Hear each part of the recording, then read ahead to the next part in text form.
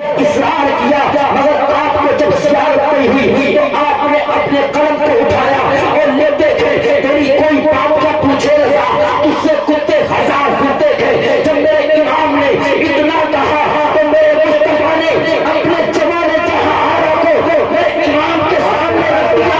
جب میرے مصطفیٰ کے جمال جہاں کو میرے امام نے دیکھا تو میرا امام کہتا ہے، یا رسول اللہ تو زندہ ہے اللہ، تو زندہ ہے اللہ، تیری چشم عالم سے چھپ جائے۔ نعرہ تکبیر، نعرہ رسالت، سرکار کی آمد، جشن عید میلاد النبی، مفتی شیر محمد سعید قبلہ، سبحان اللہ سبحان اللہ۔ زمانے کے اندر جب لوگوں نے کہا مصطفیٰ ہماری طرح، تو بریلی کے امام نے کہا لوگوں غلط فہمی مچی رہے ہو، بلکہ بریلویوں کا تو عقیدہ یہ ہے، یا رسول اللہ چمک تجھ سے پاتے ہیں سب پانے والے، میرا دل بھی چمکا دے چمکانے والے۔ یہ امام کہتا ہے یا رسول اللہ سب سے اولا بالا ہمارا نبی، سب سے بالا وہ بالا ہمارا نبی، اپنے مولا کا پیارا ہمارا نبی، دونوں عالم کا دولہ ہمارا نبی۔ کون دیتا ہے دینے کو منہ چاہیے، دینے والا ہے سچا، ہم سبوں کو رضا مستہ دیجئے کہ ہے بے کسوں کا سہارا، بے کسوں کا سہارا، بے کسوں کا سہارا۔ وہی مصطفیٰ علیہ السلام کی محفل کو سجائے یہاں پر ہم لوگ بیٹھے ہیں۔ یاد رکھیں ان محفلوں کو سجانا، ان محفلوں میں آنا، ان محفلوں کو سجانا، پیسہ خرچ کرنا یہ ضائع نہیں جائے گا، بلکہ انشاءاللہ تعالیٰ میرے محبوب کو اگر یہ ادا پسند آ گئی تو ہمارا دنیا میں جینا، ہمارا مرنا، کھانا پینا سب کامیاب ہو جائے گا۔ آپ نے محفل کو سجایا ہے، اس محفل کو سجانے کے بعد یہاں سے کیا پیغام جا رہا ہے؟ آپ یہاں پر بیٹھے ہیں ایک مقصد کے لیے، کیونکہ انسان محفلوں میں آتا بھی بہت ہے، 12 ربیع النور کو جھنڈے بھی بہت اٹھاتا ہے، اور ساتھ ساتھ میں ڈی جے بھی کر لیتا ہے، ڈی جے بھی کر لیتا ہے۔ نبی کا غلام ایسا ہو رہا ہے کہ ڈی جے بھی نہیں چھوڑ رہا ہے، اور زبان رومان کو لے کر یوں پھیراتے ہیں، یوں کودتے ہیں۔ نبی کا عشق، نبی سے محبت اصل معنوں میں کامیاب تب ہوگی جبکہ ہم ان کی بتائی ہوئی باتوں پر عمل کریں گے۔ آج ہم نے اس دنیا کو اپنا مشغلہ بنا لیا ہے، دنیا کے پیسے کے چکر میں، دنیا کے مال و دولت کے چکر میں بھلا بیٹھا ہے کہ مصطفیٰ کا دین ہے کیا۔ اور نبی تو فرماتے ہیں حب الدنیا راس کل خطیئۃ، دنیا کی محبت ہر برائی کی جڑ ہے۔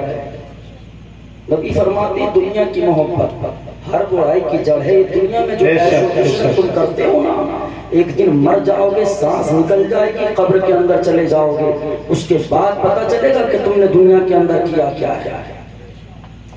جو دنیا میں رہ کر غریبوں کو ستایا ہے نا، اور غریبوں کی ڈولے کاٹ کاٹ کر اپنی زمین بڑھاتا رہا، اس کا پتہ تو تب چلے گا جب مر کر قبر کے اندر جائے گا۔ تم نے ساری باتیں آسان سمجھ رکھی ہیں، سب کو یوں ہی ایک ڈنڈے سے ہانکنے کی کوشش کرتے ہیں، مگر یاد رکھیں تم دنیا کے مولویوں کو ہانک سکتے ہو، تم اپنے امام پر طنز کر سکتے ہو، مگر یاد رکھو جب قبر میں جاؤ گے منکر نکیر پر طنز کبھی نہیں کر سکتے، تم یاد رکھنا۔ ان کے سوالوں کے جواب تو تمہیں دینے پڑیں گے۔ یہ محفلیں سجا کے بیٹھ گئے، تم نے یہاں محفل میں آئے ہو، یہاں سے ساری باتیں تاریخ، ثنا خان مصطفیٰ کی ساری فضیلت آپ کو بتا دی جائیں، جنت کے سارے راستے آپ کو بتا دی جائیں، تو تم جہنم کے راستے سے رکنے والے تھوڑی نہ ہو۔ تمہیں اپنے آپ پر کبھی اس چیز کا ہم نے غور و فکر کیا ہی نہیں کہ ہماری زندگی کس طریقے سے بشر ہو رہی ہے. کبھی ہم سوچ کر تو دیکھیں. ابھی تقریباً کچھ سال پہلے یہ جاپان کا یا تقریباً ایران کا ایک ڈاکٹر تھا. میں بس یہی بات کر رہا ہوں, اس کے بعد میں اپنی بات کو ختم کر کے اپنی جگہ پہ لے دوں گا انشاءاللہ. جاپان یا ایران کا تقریباً غالباً یہاں کا ڈاکٹر, اس نے دنیا کے اندر دیکھا کہ لوگ خرافات بہت کرتے ہیں, ایک دوسرے کو ستاتے ہوئے, ان کے لیے کچھ حل نکالا جائے. اس نے سوچا ایک تحریک بناؤں تاکہ تحریک پوری آدمی انسانیت کی اصلاح کر سکے, ان کی مدد کر سکے. اس نے یہ سوچا. اب وہ بیٹھا ہوا تھا, وہ ایک بہت بڑا ڈاکٹر تھا, اپنے ہاسپٹل کے اندر موجود تھا. ایک علامہ صاحب دوائی لینے کے لیے چلے.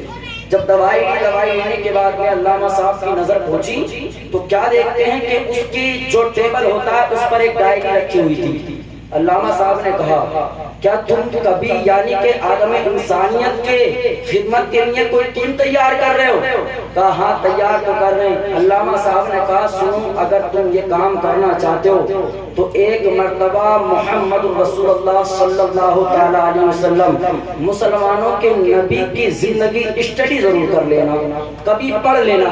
کبھی کبھی ایسا ہوتا ہے انسان تیز آواز سے کوئی بات کہے وہ اثر نہیں کرتی ہے, مگر کبھی کبھی ہلکی آواز سے نرم لہجے سے کوئی بات کہہ دے تو وہ یعنی کہ اثر کر جاتی ہے. ڈاکٹر سے اتنا کہا.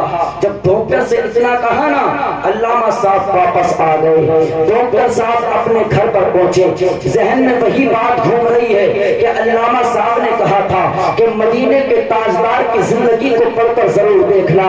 یار یہ مدینے کا آقا ہے کون, مدینے کے تاجدار ہے کون؟ پوری دنیا کے اندر لوگ اتنے فالوور ان کے تھے, آخر ان کی زندگی ہے کیسی؟ چلو ان کی زندگی کو پڑھ کر تو دیکھیں, ان کی زندگی کو مطالعہ کر کر تو دیکھیں. ڈاکٹر صاحب اپنے پھر کلینک پہنچے. پہنچنے کے بعد میں انہوں نے اپنے کمپاؤنڈر کو بلایا اور کہا سنو, جاؤ انگلش کے اندر سیرت مصطفیٰ کی کوئی کتاب لے کر آؤ, کوئی کتاب مہیا کرو. آپ کے پاس کتاب لائی گئی. ڈاکٹر صاحب فرماتے تھے, بات ذرا غور سے سنیے گا. ڈاکٹر صاحب نے کتاب کو کھولا. ڈاکٹر کہتا ہے جب میں نے کتاب کو کھولا تو میری حدیث پر نظر پڑی. وہ حدیث کیا تھی کہ مدینے کے تاجدار, مدینے کے آقا, ہم غریبوں کے آقا, ہم بے سہاروں کے آقا مدینے کے اندر موجود ہے. میرے مصطفیٰ حجرہ عائشہ کے اندر موجود ہے. میرے مصطفیٰ حجرہ عائشہ سے نکلتے تھے. میرے نبی نے ارشاد فرمایا اور سلمان فارسی کہاں پر ہو, اور بلال کہاں پر ہو. حضرت بلال اور سلمان فارسی دونوں مصطفیٰ کی بارگاہ میں حاضر ہوئے. عرض کرتے یا رسول اللہ, خدا کا امی باپی ہمارے ماں باپ آپ کے قدموں پر نچھاور ہو. یا رسول اللہ غلام آپ کی بارگاہ میں حاضر ہے. مصطفیٰ فرماتے تھے اے میرے پیارے لاڈلو سنو, چلو ہمارے ساتھ چلو. مصطفیٰ لے کر چل دیے. حضرت سلمان فارسی کا بیان ہے. حضرت سلمان فارسی بیان کرتے تھے جب مدینے کے تاجدار مدینے کی گلیوں میں چل رہے تھے تو بڑی تیز تیز چل رہے تھے. سلمان فارسی کہتے تھے میں نے مصطفیٰ کو کبھی اتنی تیز چلتے ہوئے نہیں دیکھا.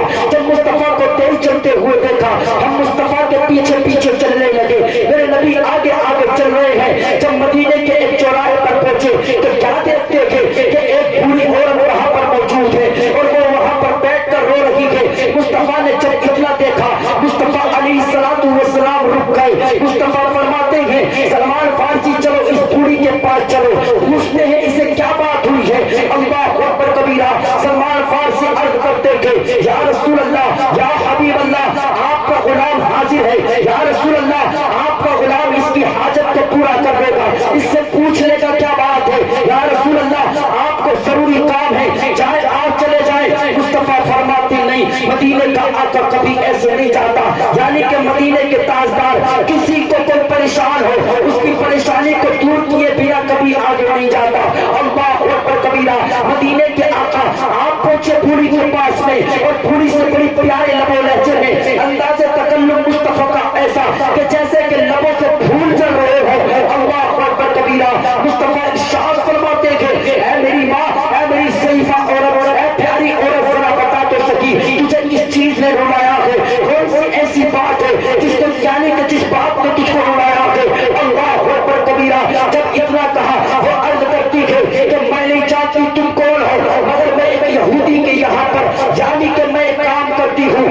یہودی کی عورت نے مجھ کو 5 دینار دیے تھے تیل لانے کے لیے جب میں تیل لے کر آ رہی تھی. نعرے تکبیر، نعرے رسالت، سرکار کی آمد، حضور کی آمد، حضور کی آمد.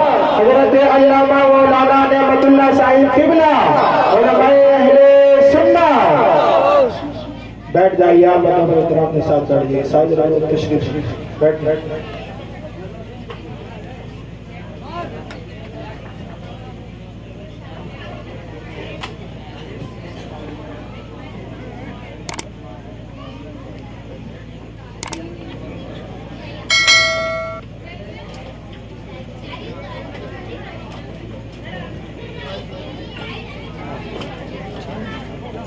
درود پاک پڑھیں کریں اللہم صلی علی سیدنا و شفیعنا مولانا محمد علیہ وسلم. صلو علیہ السلام علیکہ رسول اللہ صلی اللہ علیہ وسلم.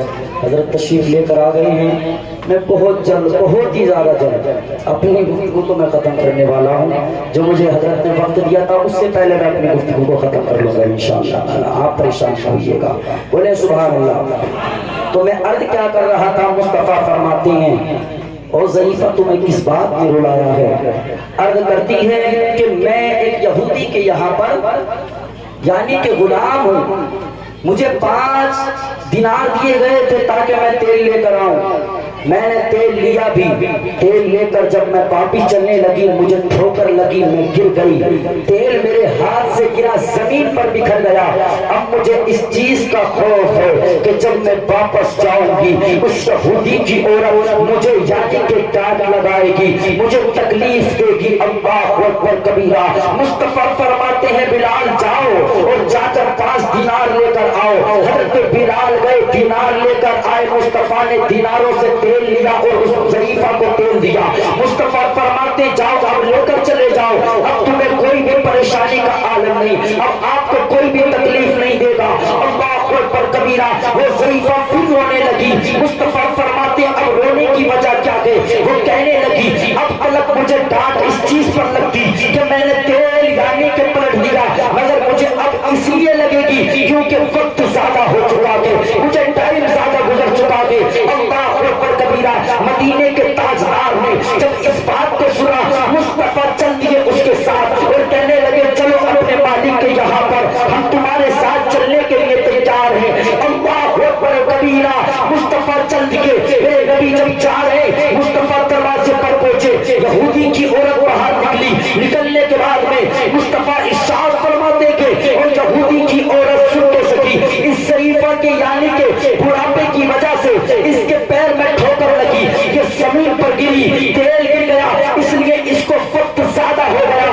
اللہ اکبر کبیرہ. مصطفیٰ فرماتے ہیں اب اس کو کوئی تکلیف مت دینا، اس کو کوئی ایزا مت پہنچانا. مصطفیٰ بات کر رہے، وہ مصطفیٰ کے چہرے پہ دیکھ رہی ہے. مصطفیٰ کا حسین چہرہ سبحان اللہ. مصطفیٰ کا انداز تکلم، جس طرح سے مصطفیٰ کے لب ہائے مبارک سے یعنی کہ پھول جھڑ رہے ہو. اللہ اکبر کبیرہ. اس نے اتنی بات سنی مصطفیٰ واپس ہونے لگے. حضرت سلمان فارسی اور حضرت بلال پیچھے پیچھے چلنے لگے. وہ یہودی کی عورت نکلی. نکلنے کے بعد میں سلمان فارسی کے دامن کو پکڑا اور عریضہ پیش کرتی ہے اے آنے والے بندے ذرا بتا تو سکی یہ کون ہے اتنا حسین چہرے والا جس کو